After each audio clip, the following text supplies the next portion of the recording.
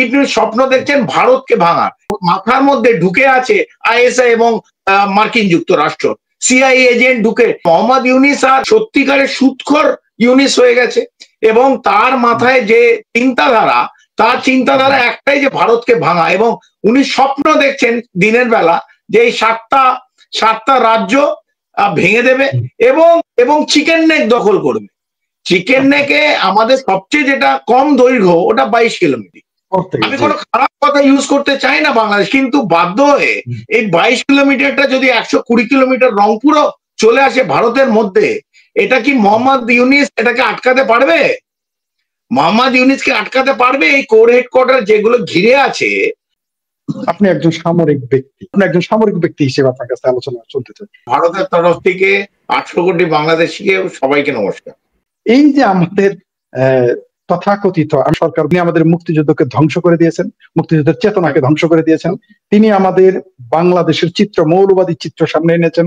সুতরাং আমি তাকে আমার দেশের উপদেষ্টা যাকে বলে সেটা আমি মনে করতেন অপদেষ্টা মনে। তিনি আসার আগেই বলেছিলেন 7 সিস্টার দখল করবেন।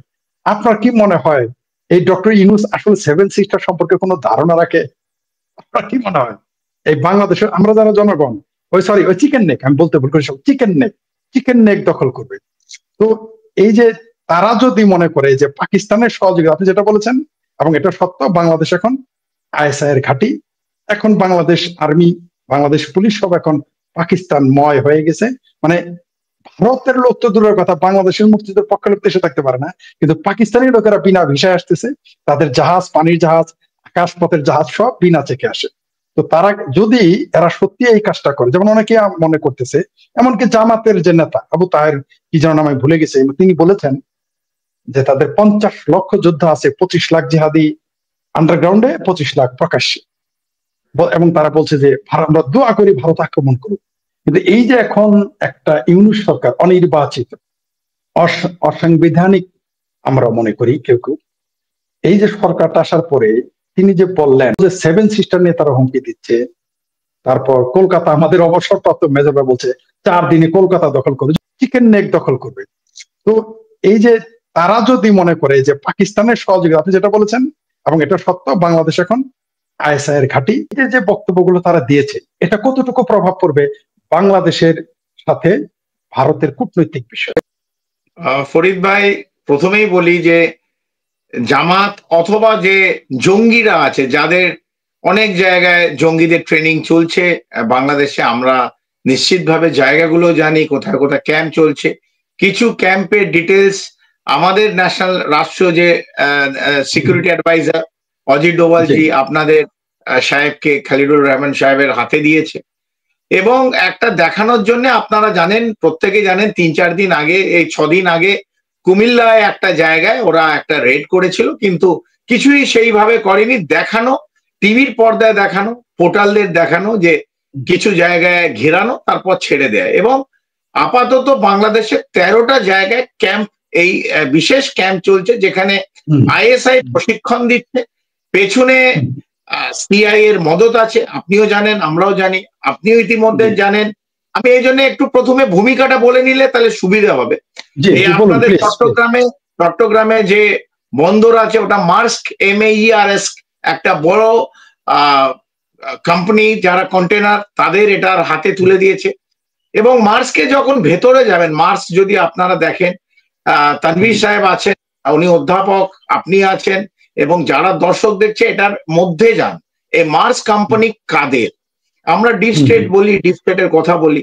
এই মার্স কোম্পানির মধ্যে দুটো বড় নিবেশকারী আছে, নিবেশ করে। তার মধ্যে একজন হচ্ছে ভ্যানগার্ড, একজন হচ্ছে ব্ল্যাকস্টোন, নামগুলো মনে রাখবে।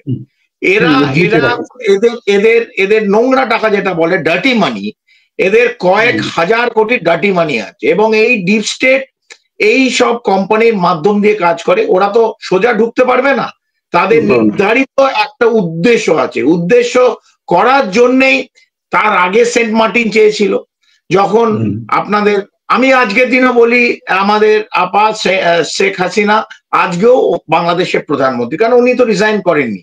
তো আমি বলবো না উনি আজকেও বাংলাদেশের প্রধানমন্ত্রী। যখন ছিলেন, বাংলাদেশকে উনি বিক্রি হতে দেননি। যখন ডোনাল্ড লু আপনাদের দেশে এসছিল, রাষ্ট্রে এসে সেন্ট মার্টিন চেয়েছিল, উনি বলেছেন আমার রাষ্ট্র আমি বিক্রি করব না। এবং যা কথোপকথন হয়েছে আমি আর ইতিহাসে যাচ্ছি না, ওনাকে পগার পার করেছিল, উনি চলে গেছিলেন। তারপর ঘটনাক্রমে যেসব ঘটনা ঘটেছে আমরা প্রত্যেকে জানি, আমি সেই জিনিস আবার রিপিট করছি না। কে কে কিভাবে কার কি ভূমিকা ছিল আমরা প্রত্যেকেই জানি। কিন্তু এই এই মোহাম্মদ ইউনিস অন্তর্বর্তী সরকার, আপনি যে অ্যাডজেক্টিভটি ইউজ করলেন নিশ্চিতভাবে করবেন।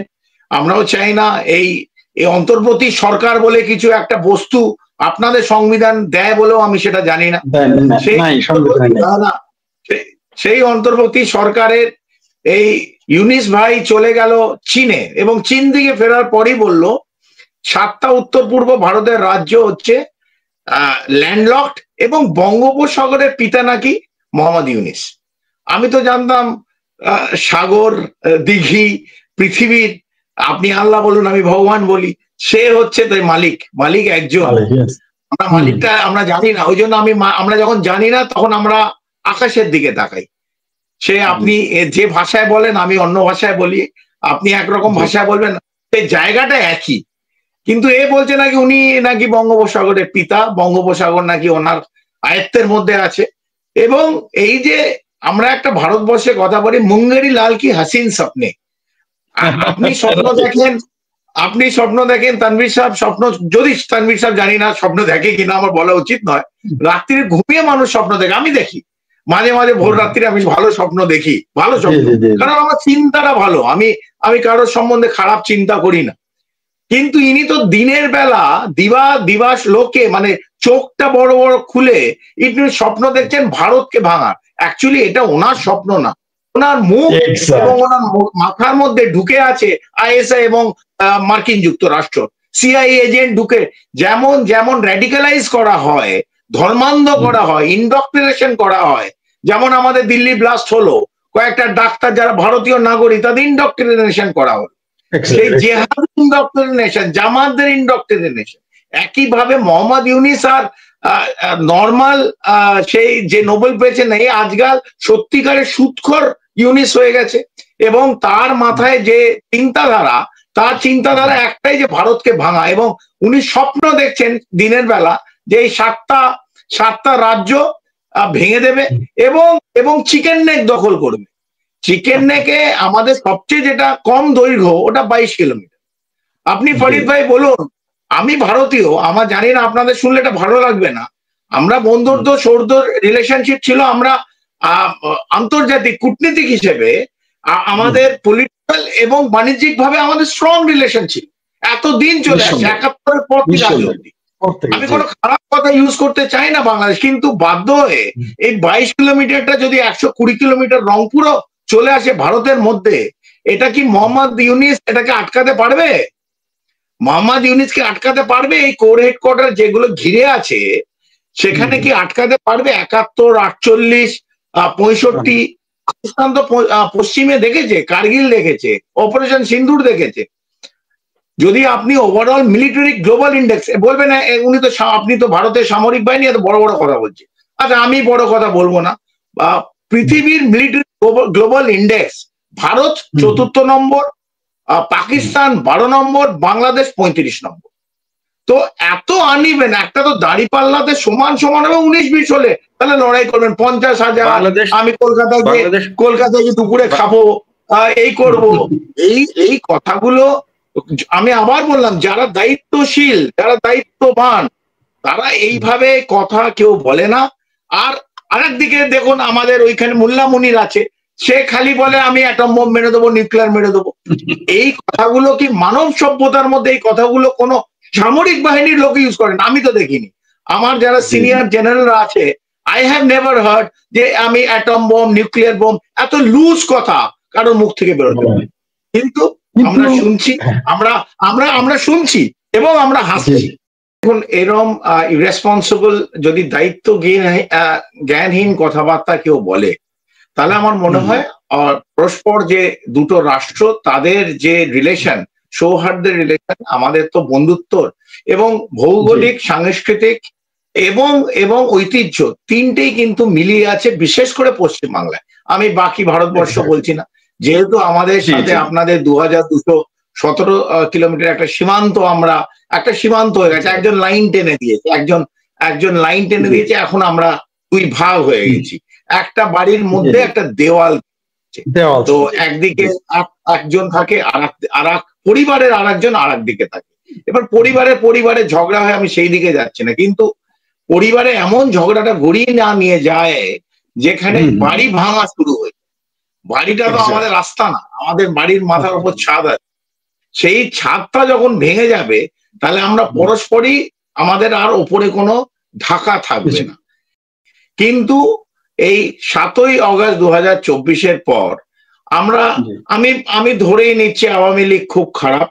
আমি যেহেতু ব্যক্তি হিসেবে আমি আওয়ামী লীগের কেউ নই, আমি ধরছি আপা অথবা শেখ হাসিনার ওপর অনেক রাগ আছে, সমস্ত ঠিক। নতুন একজন নিয়ে প্যারাশুট করে অন্তর্বর্তী সরকার এলো, সেটাও ভালো। তো বাংলাদেশে 18 কোটি মানুষকে প্রগতির দিকে নিয়ে যাওয়ার জন্য তো এসেছিল, বাংলাদেশকে আরো সুশাসনের মধ্যে নিয়ে আসা তো উচিত ছিল। এই ভূঁইয়া সাহেব যেরকম বলছিলেন যে বাংলাদেশে নারী নির্যাতনের দিকে এগিয়ে, আমি ধর্ম বিশেষ বলছি না, নারী নির্যাতন বলছি, নারী নির্যাতনের জন্য তো এগিয়ে যেত না। বাংলাদেশে এই ধর্মীয় আবেগ ব্যবহার করে বাংলাদেশের 18 কোটি মানুষকে বিভক্ত করত এবং জঙ্গি সংগঠনকে চারা দিয়ে ওঠার তো কথা ছিল না। যিনি এসেছিলেন মোহাম্মদ ইউনিস, যিনি নোবেল প্রাইজ উইনার, তাকে আমরা বিদ্বঞ্জন বলে আমরা জানি, তাকে আমরা জানি একজন ভালো মানুষ হিসেবে জানতাম।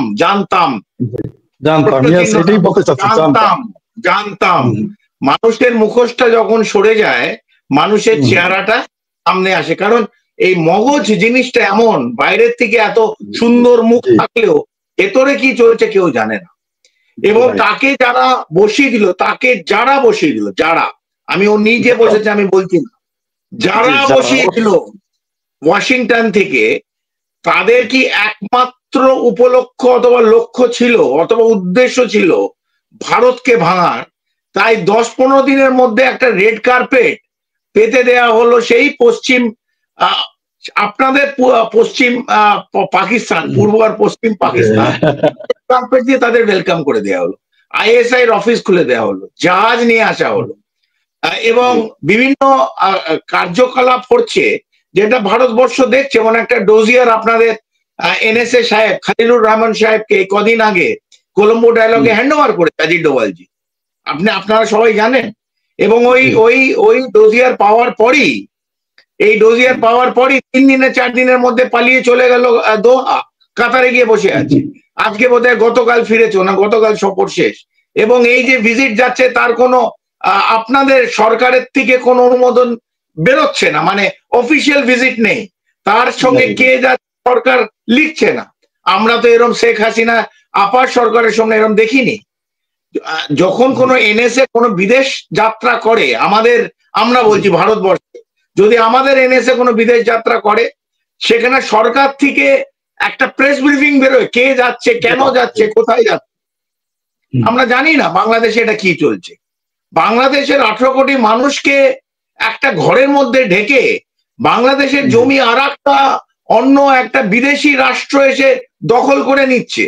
এবং মোহাম্মদ ইউনিস, আমি চাচা ইউনিস বলি, আপনাদের খারাপ লাগতে পারে, আমার মাফ করবেন, কারণ আমি আমার ভাই বাংলাদেশকে আমরা ভীষণ ভালোবাসি।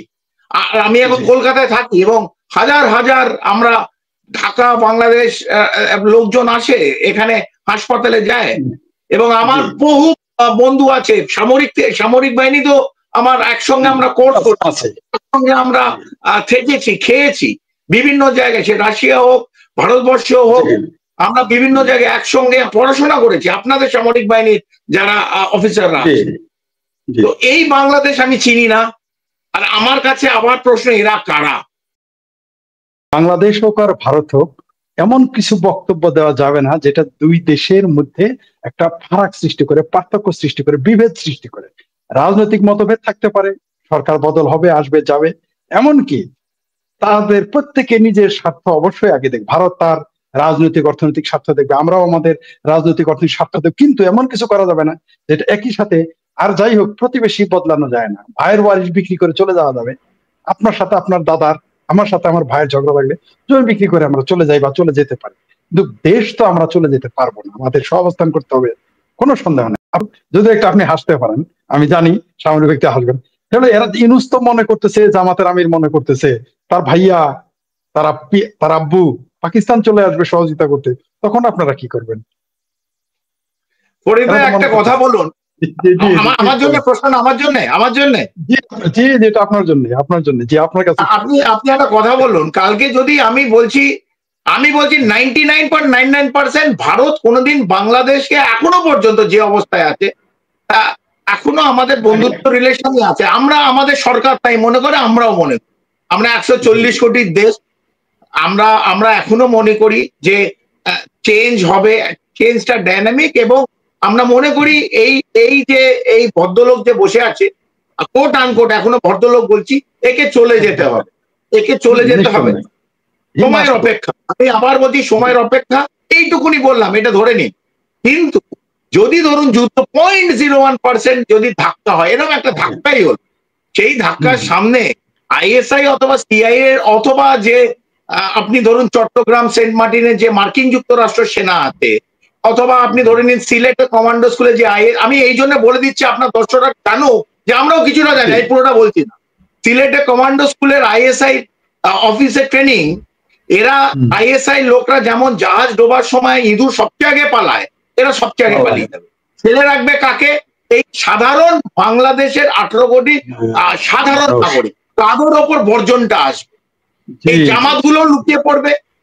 আপনাদের জামাত তো এতবার ইলেকশন লড়েছে বাংলাদেশে, ক% ভোট পেয়েছে? কেন মানুষ ভোট দেয় না? কেন মানুষ ওদের সমর্থন দেয় না? এদের সমর্থন নেই। সমর্থন আপনি শেখ হাসিনা যা ইচ্ছে বলেন, আপনি প্রধানমন্ত্রী যত বাজে আমাদের গালাগালি, আমাদের প্রধানমন্ত্রীকে প্রচুর লোক অনেক গালাগালি করতেছে, এটাই গণতন্ত্র। কিন্তু তার মানে এই নয় তাকে মারার জন্য বাড়িতে পৌঁছে যাচ্ছে, ধানমন্ডিকে ভেঙে দেওয়ার জন্য লোক চলে যাচ্ছে। এই গণ আন্দোলন, গণ অভ্যুত্থান একটা ডিপ স্টেটের টাকা দিয়ে গণ অভ্যুত্থান সাজিয়ে জামাতারা জঙ্গি রাস্তায় নেমে পড়ছে, এটাকে গণ অভ্যুত্থান বলে না। স্বপ্ন দেখতেই পারে আপনার মোহাম্মদ ইউনূস, স্বপ্ন দেখুক, দিনের বেলা স্বপ্ন দেখুক। আরো যদি কোনো ট্যাবলেট লাগে আপনি বলুন, কলকাতা ভারতবর্ষ থেকে আমরা পাঠিয়ে দিচ্ছি, আরো ভালো স্বপ্ন দেখুন। ধন্যবাদ আপনাকে। আমার ইউনূস না, আমাদেরও না, সে হচ্ছে জামাত ও পাকিস্তানের ইউনূস। ধন্যবাদ আপনাকে। ডক্টর ইউনূস আসলে এসেছে বাংলাদেশের সাথে ভারতের যে সুসম্পর্ক, এটা ধ্বংস করতে, এটা আমরা জানি। এছাড়া বিদেশিদের এজেন্ডা বাস্তবায়নের জন্য আসছে, কোনো সন্দেহ নাই। তা না হলে ডক্টর ইউনূস এইরকম বক্তব্যগুলো, মানে একজন ব্যক্তি, ইভেন এই যে এই মুহূর্তে আমি এখানে উপস্থাপনায় আছি, আপনি একজন আলোচক বিশ্লেষক হিসেবে আছেন, আপনি অনেক ভাষায় এখানে ব্যবহার করবেন না, যেগুলো আপনি ঘরে বৈঠকে আলোচনা করবেন না, এটাই স্বাভাবিক। এখানে এইভাবে আমাদের কষ্ট, তাহলে সেখানে একটা দেশের ক্ষমতা, দেশের সর্বোচ্চ নির্বাহী ক্ষমতায় বসা, সেটা যেভাবে আসুক, চলে বলে কৌশলে বা যে কোনো ভাবে আসুক, মিনিমাম তো একটা মানে তার নিজস্ব একটা ওজন বজায় রাখতে হবে, সেটা তিনি রাখছেন না।